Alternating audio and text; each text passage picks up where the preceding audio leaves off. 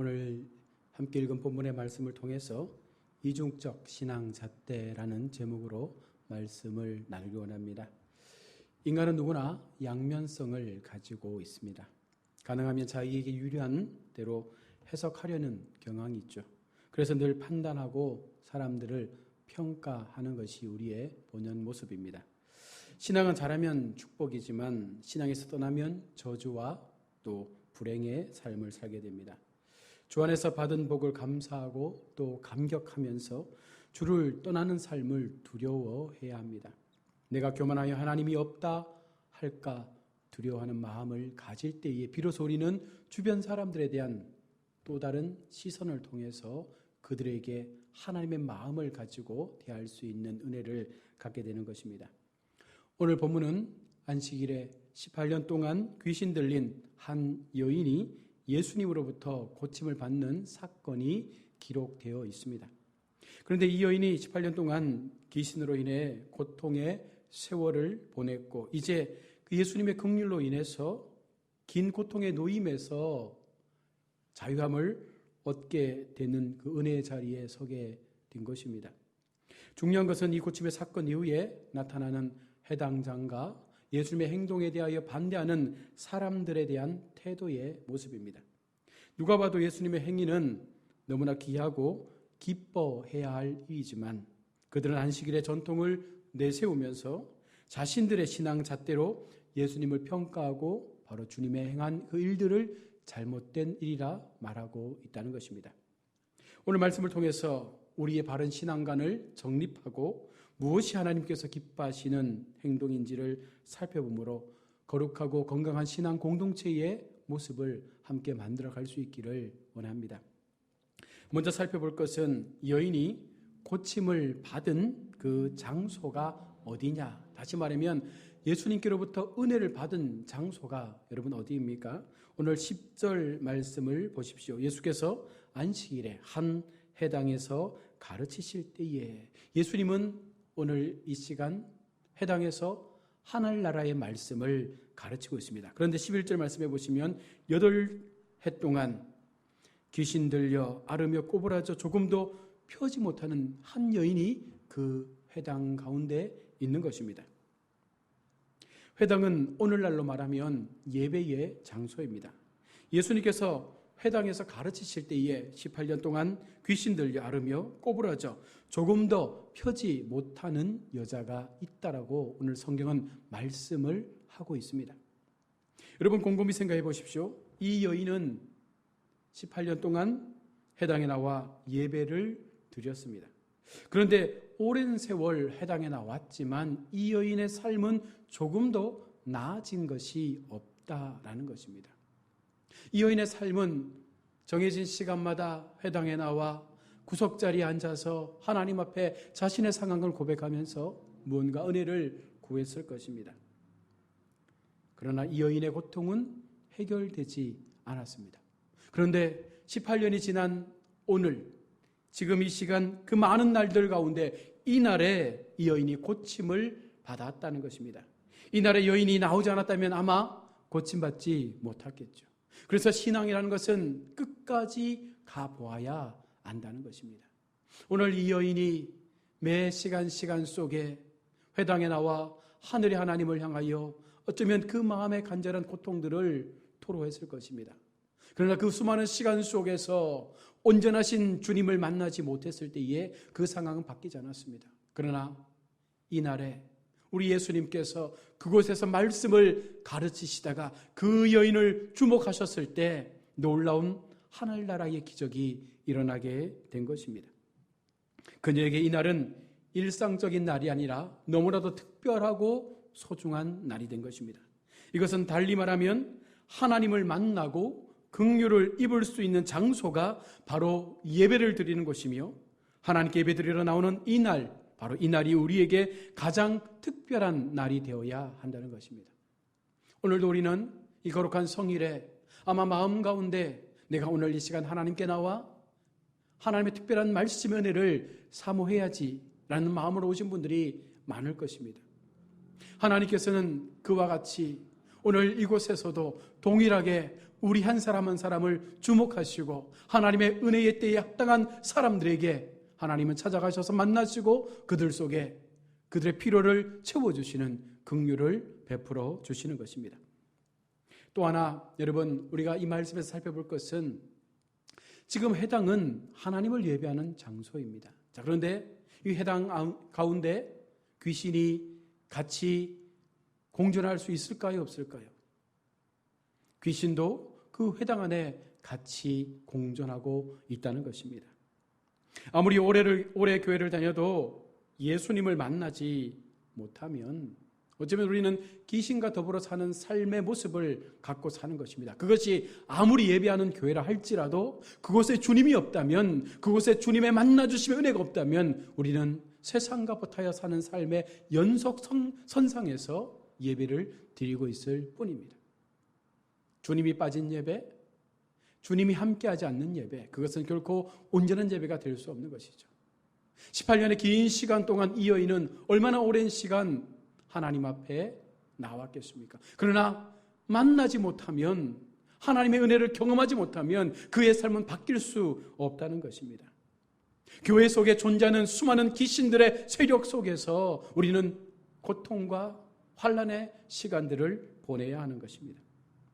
이 여인이 예수님을 만났을 때 우리 주님께서는 그 여인의 고통을 보시고 하나님의 긍휼로 고쳐주셨습니다.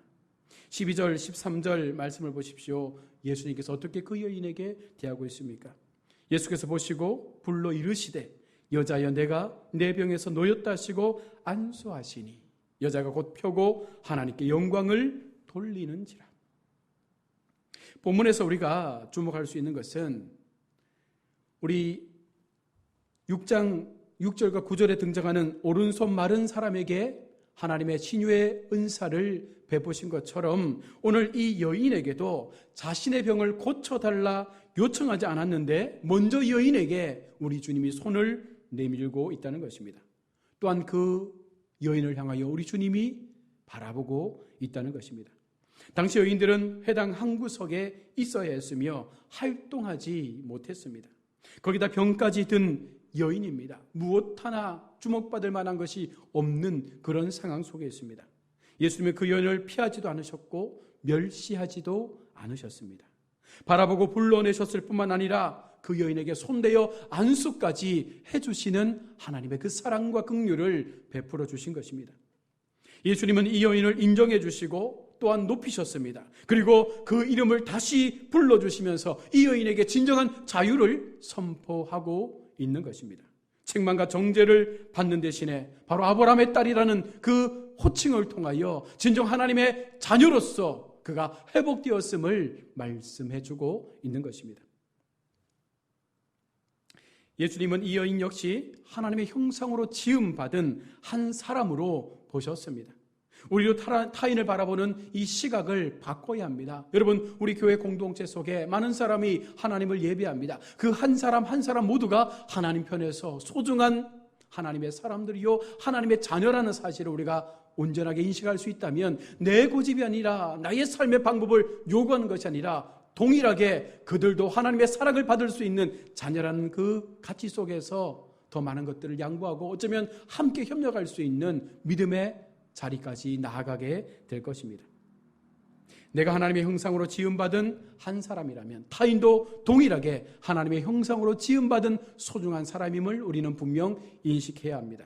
시각의 변화, 거기에서부터 우리는 형제사랑, 이웃사랑의 모습이 실천되어지는 것이죠. 예수님께서 바로 하나님의 마음으로 세상 가운데 오셨기 때문에 우리에게 구원의 은혜를 베풀어 주신 것처럼 우리가 그 은혜 속에 들어왔다면, 그 구원의 은혜 가운데 하나님의 사랑을 경험했다면 우리도 동일하게 그 사랑을 세상 가운데 나타낼 수 있어야 하는 것입니다. 이제 이후에 예수님과 해당장과의 안식일의 논쟁이 시작됩니다.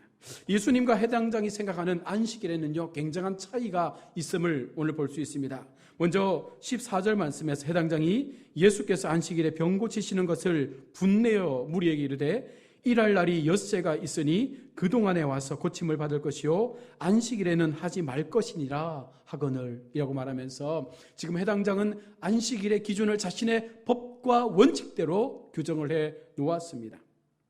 그러나 우리 예수님께서는 16절에 그러면 8해 동안에 사탄에게 매임받은 이 아브라함의 딸을 안식일에 이 매임에서 푸는 것이 합당하지 아니하냐라고 말씀하면서 진정으로 안식일에 우리가 무엇을 해야 하는 것이 옳은지를 말씀하고 있습니다.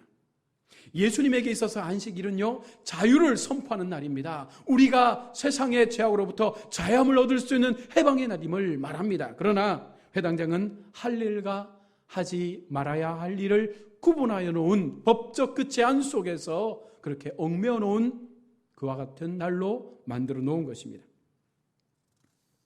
그 율법의 본질을 깨닫지 못하고 자신에게 편리한 대로 적용하고 타인에게 잔인할 정도로 편협하게 적용하는 해당장의 모습을 우리가 볼 수 있는 것이죠. 안식일은 사람의 속박 아래 있지 않고 진정한 쉼과 샬롬을 누릴 수 있는 하나님께서 주신 놀라운 은혜의 날임을 우리가 알아야 한다는 것입니다. 하나님 나라는 모두에게 공평하게 허락되어진 하나님의 선물입니다. 하지만 해당장은 비겁한 그들의 만들어놓은 그 법의 뒤에 숨어서 바로 사람의 율법을 가지고 하나님의 사랑을 회피하면서 그들은 철저하게 약자와 가난한 자들을 배려하지 않고 있다는 것입니다. 영적 무지는 하나님의 뜻과 전혀 무관한 행동을 하면서도 마치 자기가 생각하는 행동이 옳다라고 주장하는 심각한 범죄에 우리 스스로가 빠지게 되는 것입니다. 여인은 육신의 질병으로 꼬부라져 있지만 어쩌면 회당장은 영적 질병으로 그 생각과 그의 삶이 꼬부라져 있는 것이 아니겠습니까? 이런 모습이 여러분 성경에만 등장합니까? 오늘 우리의 교회 속에 이런 모습 있지 않습니까? 내가 3대 4대 예수 믿은 사람인데 내가 하는 말이 옳다라고 말하지 않습니까? 주일은 이렇게 지켜야 돼 라고 말하면서 그렇게 지키지 못하는 사람들을 우리가 정죄하고 그들의 행동에 대해서 옳지 않다라고 말하지 않습니까?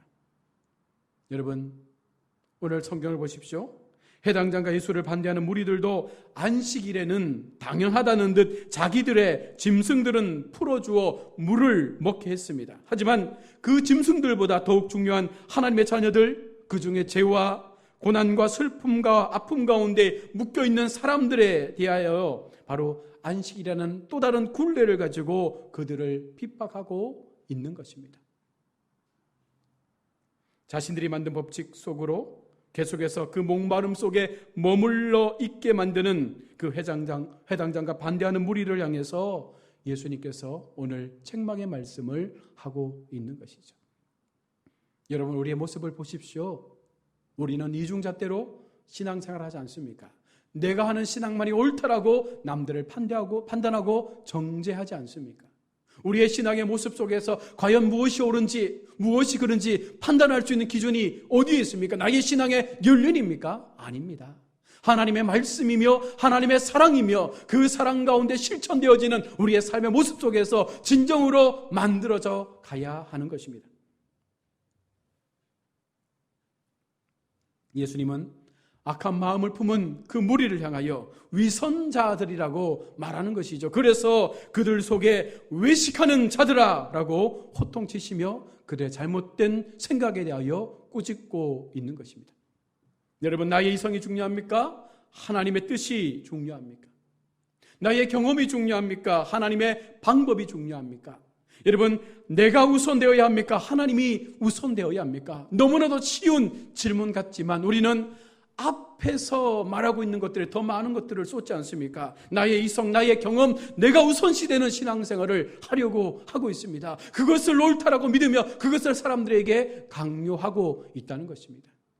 하나님의 뜻, 하나님의 방법, 하나님이 먼저 될 수 있는 신앙의 삶을 가져야 우리는 또 다른 눈을 통해서 우리의 주변에 연약한 사람들에게 시선을 돌릴 수 있는 은혜를 받게 되는 것입니다.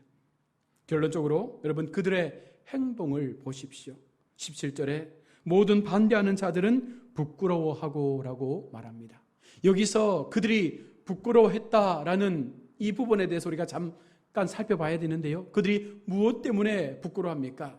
자신의 잘못에 대하여 인정하고 예수님의 책망에 대하여 받아들이고 내가 이제는 다시 바른 믿음의 삶으로 살아야겠다라는 그런 부끄러움을 말하는 것이 아닙니다. 수많은 회중들 앞에서 예수님께서 그들을 꾸짖은 것에 대해서 그들은 자존심이 상했다는 것입니다. 예수가 누군데 18년 동안 지켜왔던 그 전통 속에 있는 이 안식일의 개념에 대하여 반박하고 우리에게 그렇게 핀잔을 주느냐, 그 마음이 그들 속에 분노로 일어났음을 오늘 성경은 부끄러워했다라고 말하고 있습니다. 얼마나 안타까운지 모르죠. 교회 속에서도 이런 모습들이 생겨나지 않습니까? 강단에서 말씀이 전하여지고 그 말씀이 내게 들려지는 말씀처럼 느껴질 때 우리는 어떻게 행동합니까? 봐라, 목사님이 나를 지목해놓고 노골적으로 설교하시네 라고 하는 그런 마음이 들지 않았습니까? 여러분, 그것은 옳지 않은 마음이죠. 만약 내 마음속에 그런 마음이 들었다면 성령께서 주시는 마음입니다. 그 말씀을 통해서 나의 삶을 돌아보라는 것입니다. 그 말씀을 통해서 나의 행동에 잘못된 모습들이 있다면 되돌리라는 것입니다. 그래야 그 다음 하나님의 은혜가 임하는 것이죠. 계속해서 꽁하고 나를 사람들 앞에서 핀잔 준 것처럼 생각해버리면 전혀 그 말씀의 은혜가 될 수 없고 더 이상 하나님의 은혜의 삶 가운데 나아갈 수가 없게 되는 것입니다. 여러분, 그것이 오늘 우리 가운데 필요한 것이죠. 판단이 아니라 어떤 잣대를 통해서 그 말씀을 우리의 입에 맞는 대로 받아먹는 것이 아니라 하나님이 주시는 그 은혜 앞에서 들려주시는 말씀이 나의 귀 가운데, 나의 심령 가운데 온전히 찔림을 받을 때에 우리는 그 말씀 앞에 회개의 마음을 가져야 하는 것입니다. 오랜 시간 잘못된 신앙으로 살아온 그들은요, 예수님의 영적 가르침 앞에 들으면서도 깨닫지 못하는 무지한 인생의 모습을 보여주고 있습니다. 어쩌면 우리의 믿음 생활도 그들과 같지 않습니까? 예수님의 경고를 들으십시오. 그리고 잘못된 생각에서 빨리 빠져나오셔야 합니다. 신앙 공동체에는 두 부류의 사람이 있습니다. 17절 말씀에 앞서 본 것처럼 예수께서 이 말씀을 하심에 모든 반대하는 자들은 부끄러워하고 이 한 무리와 그 이후에 온 무리는 그가 하시는 모든 영광스러운 일을 기뻐하니라. 여러분, 한 무리는 예수님의 그 경고와 책망 앞에 자신들의 자존심만을 생각하며 오히려 예수님에게 더 분을 내었지만, 또 한 무리는 예수님의 그 놀라운 말씀의 은혜 앞에 감동받고 기뻐하며 예수님을 찬송하는 그런 모습을 가지고 있는 것입니다. 모두가 동일하게 주님의 말씀을 듣습니다. 한 무리는 오히려 분을 냅니다. 그러나 한 무리는 그 말씀에 은혜 받고 그 말씀 앞에서 더 하나님 앞에 찬양하는 무리가 생겨나는 것입니다.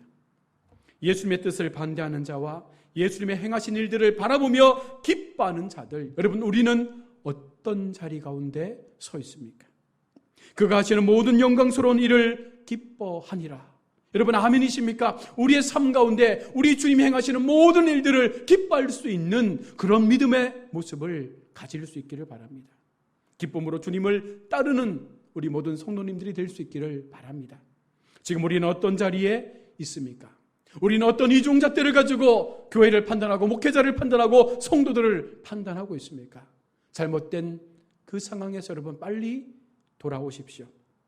말씀을 맺습니다. 우리도 우리의 삶 속에서 하나님의 말씀을 나와 타인에게 달리 적용하고 있지 않습니까? 주님의 말씀이 내 가운데 들려졌을 때에 나에게는 의롭게 적용하고 남들에게는 더 가혹하게 판단하는 그런 말씀의 이중잣대가 우리 속에는 없습니까? 하나님께서 분명히 경고하십니다. 외식하는 자들아, 겉과 속이 다른 이중적 모습 속에서 우리는 온전한 주님을 만날 수 없습니다.